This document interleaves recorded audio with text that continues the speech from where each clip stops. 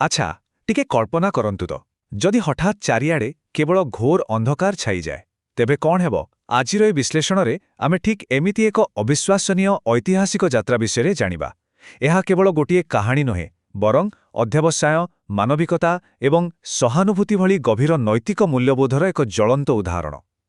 ମଣିଷର ଇଚ୍ଛାଶକ୍ତି କିପରି ସବୁଠାରୁ ବଡ଼ ବାଧାବିଘ୍ନକୁ ମଧ୍ୟ ଧୂଳିସାତ୍ କରିଦେଇପାରେ, ସେହି କଥା ଉପରେ ଆଜି ଆମେ ସିଧାସଳଖ ଆଲୋକପାତ କରିବା। ତେବେ ଆସନ୍ତୁ ଆରମ୍ଭ କରିବା। ଆମର ଏହି ଯାତ୍ରା ଆରମ୍ଭ ହେଉଛି ଅତି ଛୋଟ, ମାତ୍ର 1.5 ବର୍ଷର ଗୋଟିଏ କଅଁଳ ପିଲା ପାଖରୁ। ସାଧାରଣତଃ ଏହି ବୟସରେ ପିଲାମାନେ ନୂଆ ନୂଆ ଦୁନିଆକୁ ଦେଖିବା, ଚିହ୍ନିବା ଆରମ୍ଭ କରନ୍ତି, ଠିକ୍ ନା? କିନ୍ତୁ ଭାବନ୍ତୁ ତ, ହଠାତ୍ ଏକ ଭୟଙ୍କର ଜ୍ୱର ଆସି ସବୁକିଛି ଓଲଟାପାଲଟା କରିଦେଲା। ବାସ୍ତବରେ ଏହା କୌଣସି ସାଧାରଣ ଜ୍ୱର ନଥିଲା, ବରଂ ଏହା ଏକ ଏମିତି ଅଭିଶାପ ଥିଲା ଯାହା ସେହି ନିଷ୍ପାପ ପିଲାଟିକୁ ଏକ ଅନ୍ତହୀନ ଗଭୀର ଅନ୍ଧକାର ଭିତରକୁ ସବୁଦିନ ପାଇଁ ଠେଲି ଦେଇଥିଲା। ଆଉ ସବୁଠୁ ଦୁଃଖର କଥା କ'ଣ ଜାଣିଛନ୍ତି? ଏହି ଜ୍ୱରର ପରିଣାମ ଏତେ ସାଂଘାତିକ ଥିଲା ଯେ ତାହା କହିବା ବି କଷ୍ଟକର। ଛୋଟ ଝିଅଟି ନିଜର ଆଖିର ଆଲୋକ ହରାଇଲା, ଶୁଣିବାର ଶକ୍ତି ହରାଇଲା ଏବଂ ତା ସହିତ କଥା କହିବାର କ୍ଷମତା ମଧ୍ୟ ସମ୍ପୂର୍ଣ୍ଣ ରୂପେ ହରାଇ ବସିଲା। ମାନେ ଟିକେ ଚିନ୍ତା କରନ୍ତୁ, ବିନା ଦୃଷ୍ଟି, ବିନା ଶବ୍ଦ ଆଉ ବିନା ସ୍ୱରରେ ଏକ ଜୀବନ କେତେ ଭୟାନକ ହୋଇପାରେ। ଏଭଳି ଏକ ସଙ୍କଟଜନକ ସ୍ଥିତିରେ ପିଲାଟିର ଭବିଷ୍ୟତକୁ ନେଇ ତାଙ୍କ ପରିବାର କେତେ ଭୟଙ୍କର ନିରାଶା ଭିତରେ ବୁଡ଼ି ଯାଇଥିବେ, ସେଇଟା ଆମେ ବେଶ୍ ଅନୁମାନ କରିପାରିବା। ଯେକୌଣସି ମା ବାପାଙ୍କ ପରି ତାଙ୍କ ମା ମଧ୍ୟ ନିଜ ପିଲାକୁ ସୁସ୍ଥ କରିବା ପାଇଁ ଆକାଶ ପାତାଳ ଏକ କରିଦେଇଥିଲେ। ପାଖରେ ଥିବା ସାଧାରଣ ଡାକ୍ତରଙ୍କଠାରୁ ଆରମ୍ଭ କରି ବଡ଼ ବଡ଼ ସହରର ନାମିଦାମୀ ବିଶେଷଜ୍ଞ କାହାକୁ ବି ଛାଡ଼ି ନଥିଲେ ସେମାନେ। କିନ୍ତୁ ଆଜ୍ଞା, ଦୁଃଖର କଥା ହେଉଛି କୌଣସି ଜାଗାର କିଛି ବି ଆଶାର କିରଣ ମିଳିଲା ନାହିଁ। ସବୁ ଚେଷ୍ଟା, ସବୁ ପ୍ରୟାସ ଯେମିତି ପାଣିରେ ପଡ଼ିଲା ପରି ବିଫଳ ହୋଇଗଲା ଆଉ ପିଲାଟି ସମ୍ପୂର୍ଣ୍ଣ ରୂପେ ଅସହାୟ ହୋଇ ସେହି ନୀରବ ଅନ୍ଧକାରରେ ହିଁ ବନ୍ଦୀ ହୋଇ ରହିଗଲା। କିନ୍ତୁ ସେ କହନ୍ତି ନା, ସବୁଠୁ ଘନ ଅନ୍ଧକାର ପରେ ହିଁ ସକାଳର ସୂର୍ଯ୍ୟ ଉଦୟ ହୁଏ। ଠିକ୍ ସେମିତି ଏହି ଘୋର ନିରାଶା ଭିତରେ ଦୁଇଟି ସମ୍ପୂର୍ଣ୍ଣ ଭିନ୍ନ ଦୁନିଆର ଏକ ଚମତ୍କାର ମିଳନ ଘଟିଲା। ଗୋଟିଏ ପଟେ ଥିଲା ଗଭୀର ନିରାଶାରେ ବୁଡ଼ି ରହିଥିବା ଏକ ପରିବାର, ଆଉ ଅନ୍ୟପଟେ ଆମେ ଦେଖିବା ଆନିଙ୍କୁ। ଆନି ଥିଲେ ଜଣେ ଅତ୍ୟନ୍ତ ପ୍ରବୀଣ ଶିକ୍ଷୟିତ୍ରୀ। ଆଉ ସବୁଠୁ ବଡ଼ କଥା କ'ଣ ଜାଣିଛନ୍ତି? ସେ ନିଜେ ମଧ୍ୟ ଅତୀତରେ ଦୃଷ୍ଟିହୀନତାର ଶିକାର ହୋଇଥିଲେ।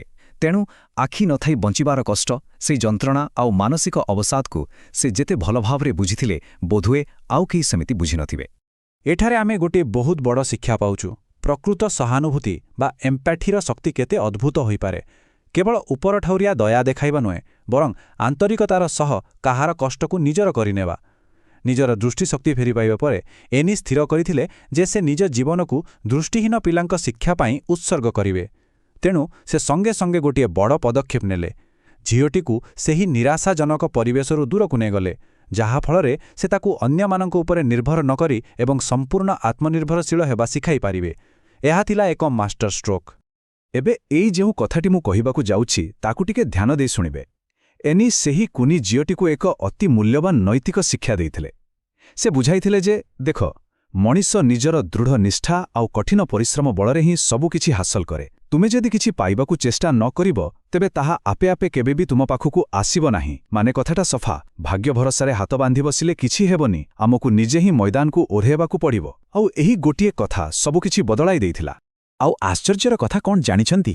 ଏହି ଗୋଟିଏ ପରାମର୍ଶ, ବସ୍ ଏହି ଗୋଟିଏ ମନ୍ତ୍ର, ସେହି ଝିଅଟିର ମାନସିକତାକୁ ଏକଦମ ଓଲଟାପାଲଟ କରିଦେଲା। ଯେଉଁ ମନ ଭିତରେ କେବଳ ଅନ୍ଧକାର ଆଉ ନିରାଶା ଭରି ରହିଥିଲା, ସେଠାରେ ହଠାତ୍ ପାଠ ପଢ଼ିବାର ଏକ ନିଆଁ ଜଳି ଉଠିଲା। କାମ କରିବା ପାଇଁ, କିଛି ନୂଆ ଶିଖିବା ପାଇଁ ତା ଭିତରେ ଯେମିତି ଏକ ଅଦମ୍ୟ ଉତ୍ସାହର ସୁଅ ଛୁଟିଲା। ଏହା ସତରେ ଏକ ନୂଆ ଆରମ୍ଭ ଥିଲା, ଆତ୍ମବିଶ୍ୱାସର ଏକ ଏମିତି ଚିଙ୍ଗାରି ଯାହା ଆଗକୁ ଯାଇ ଏକ ବିରାଟ ଆଲୋକରେ ପରିଣତ ହେବାକୁ ଯାଉଥିଲା। ଏବେ ଟିକେ ଏହି ସଫଳତାଗୁଡ଼ିକ ଉପରେ ନଜର ପକାନ୍ତୁ। ମୁଁ ଗ୍ୟାରେଣ୍ଟି ଦେଇ କହୁଛି, ଆମେ ସମସ୍ତେ ଆଶ୍ଚର୍ଯ୍ୟ ହୋଇଯିବା। ଏନିଙ୍କର ସଠିକ୍ ମାର୍ଗଦର୍ଶନ ଏବଂ ସେହି ଝିଅଟିର ନିଜସ୍ୱ ଜିଦ୍, ଏହି ଦୁଇଟି ମିଶି ଏମିତି କମାଲ କଲେ ଯେ ସବୁ ଶାରୀରିକ ପ୍ରତିବନ୍ଧକ ହାର ମାନିଗଲା।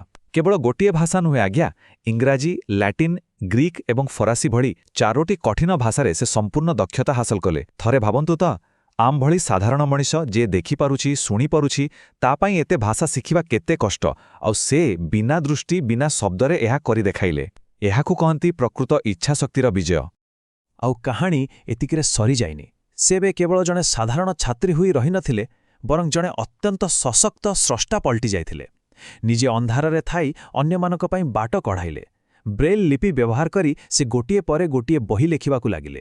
ବିଶେଷ କରି ତାଙ୍କର ପ୍ରସିଦ୍ଧ ପୁସ୍ତକ ମାଇ ରିଲିଜିଅନ୍ ଏବଂ ଦି ଷ୍ଟୋରି ଅଫ୍ ମାଇ ଲାଇଫ୍।